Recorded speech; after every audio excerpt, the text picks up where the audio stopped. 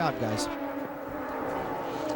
We've got a yellow on the track, and oh no, the number 51 has crashed. That is Thomas Enge. He is substituting this race for Eddie Cheever. Well, let me tell you a little bit what Thomas Enge had to do, and here looks like we've got a second car involved in this right now. Carpenter, movement inside the cockpit. Both of those cars are heavily damaged. But Enge was in Australia testing a V8 supercar last week when he got the car, and you can see the call from Eddie Cheever to substitute for Eddie here this weekend. As you can see, he's now starting to step outside of that cockpit, looking around, probably a little bit dazed, but he had to go back to his native Czech Republic to turn around and get his visa so he could travel to Japan, then back to Indy for a medical visit with the team, and then here to Japan for the race. That's a lot of traveling. And of course, as far as Ed Carpenter is concerned, remember this is his first race back after being involved in the crash back at Homestead. And he missed the St. Pete race. But right now, we're waiting for updates.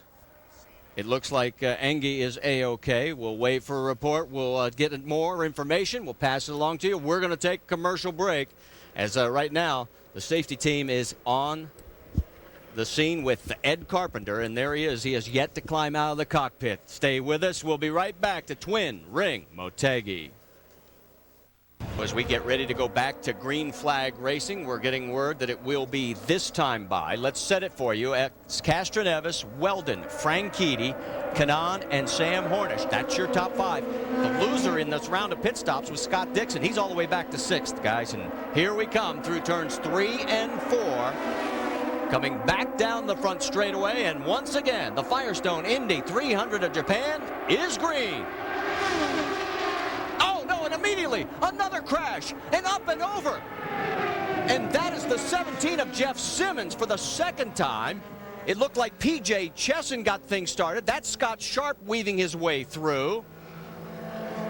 My, oh my, we don't even get past the start-finish line when in the back of the pack, guys, another big one. Marty, the saying always goes that yellows breed yellows, and on the restarts and starts are always the most dangerous time in a motor race. It looks like cold tires again, guys. Initially, that's what I thought I saw. It's just these guys are a lot of horsepower here, spinning those tires. All right, let's take another look. Watching the back part of your screen, coming out of the corner, right there is PJ Chesson.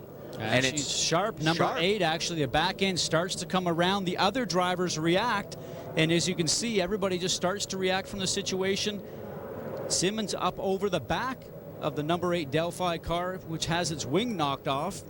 And that is actually laying right on the, like you said, Rusty, probably cold tires trying to get on the throttle. Scott, he was so far up off the corner, pretty well in a straight line when that thing lit up in smoke and went around. I mean, he was pretty far down the racetrack before he lost it, but gosh, I tell you what, cold tires. We saw this earlier. Jeff Simmons running about 130 miles an hour, Marty, when he lost it there, too. What about the possibility of oil dry? Remember that there was a lot of oil dry up in turn number 4. Could that have been a factor in this deal? It could have been, Scott. And I think think it's an excellent point because, you know, he wasn't running all the way out to the wall when he actually came off turn 4. So with that oil dry there, he probably is trying to keep out of the oil dry. But when you try to put the power down, that certainly is a problem.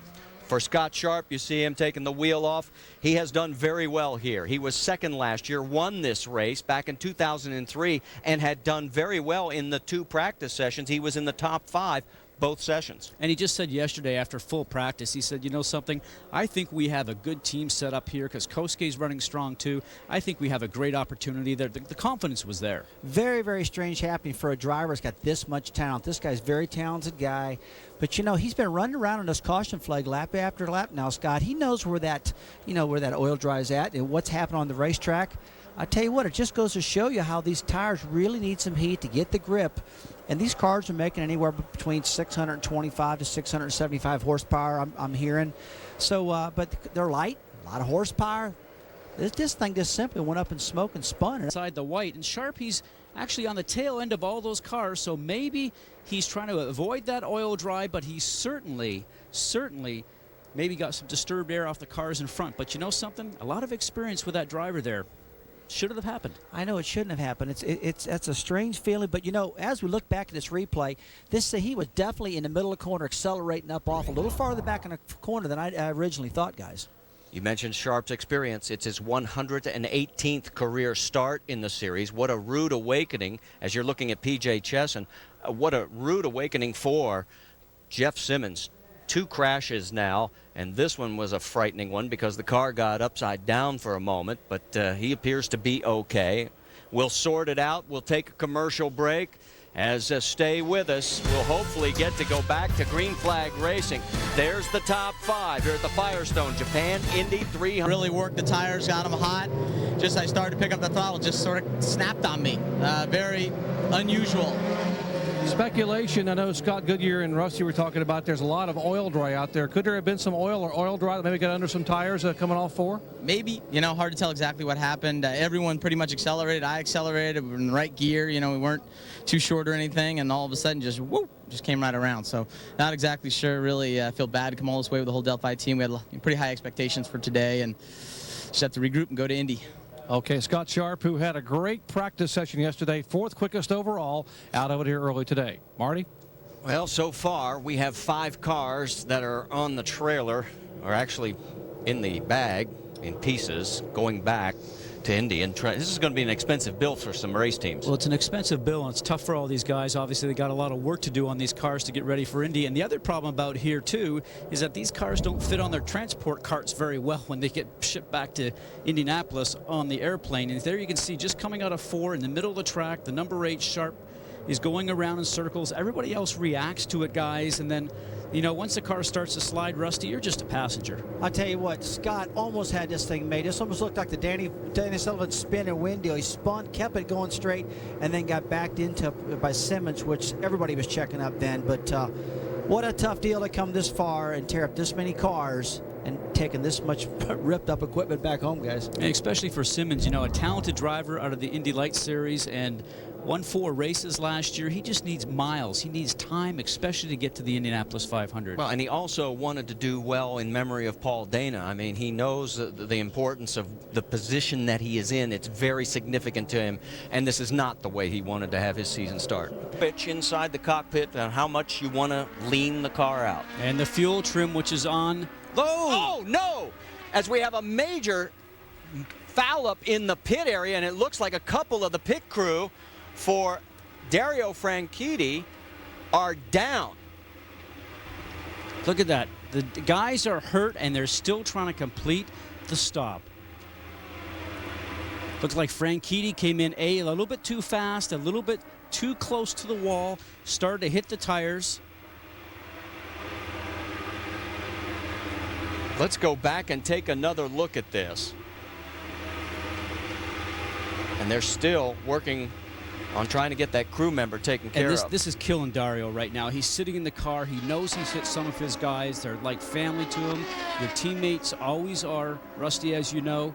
This will be so difficult for him to go out there now and get his program back underway. And you see Elio Castroneves coming in, and let's go back and take a look, and you can see how close he is, and oh my. Yeah, the tire's sitting away from the wall just a little bit. I'll tell you what, guys, thank God for the helmets I got on right now, because what happened, he got spun around, his head got banged into the side panel right there. I believe he's okay, but he's definitely shooken.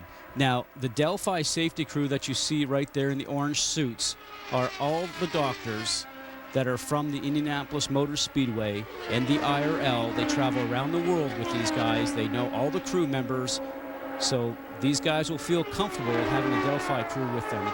So with lap 149 that we're working, you saw that Elio Castroneves is come back out from pit lane. Scott Dixon is coming into pit lane right now. He is the race leader. He's going to surrender it to Vitor Meira. Remember Franchitti's pit. Well, guys, the injured crew member is Steve Price, who's a left rear tire changer, and he is awake and alert and being tended to here by not only the Indianapolis Motor Speedway medical staff, but the local medical staff. And the concern is the lower extremity area where the car came across and got him as he was coming on and off pit road. Again, Steve Price is awake and alert. He's the left rear tire changer and will be transported momentarily back to the care center here, and then probably, from what I'm hearing on the radio, off for x-rays on the lower extremities. Guys? All right, thanks for the update, Doc, and we wish Steve very good news when he gets to the medical care center. We'll hope for the best. Right now, with the Berg picking up his first win of the season to go with a second place finish, climb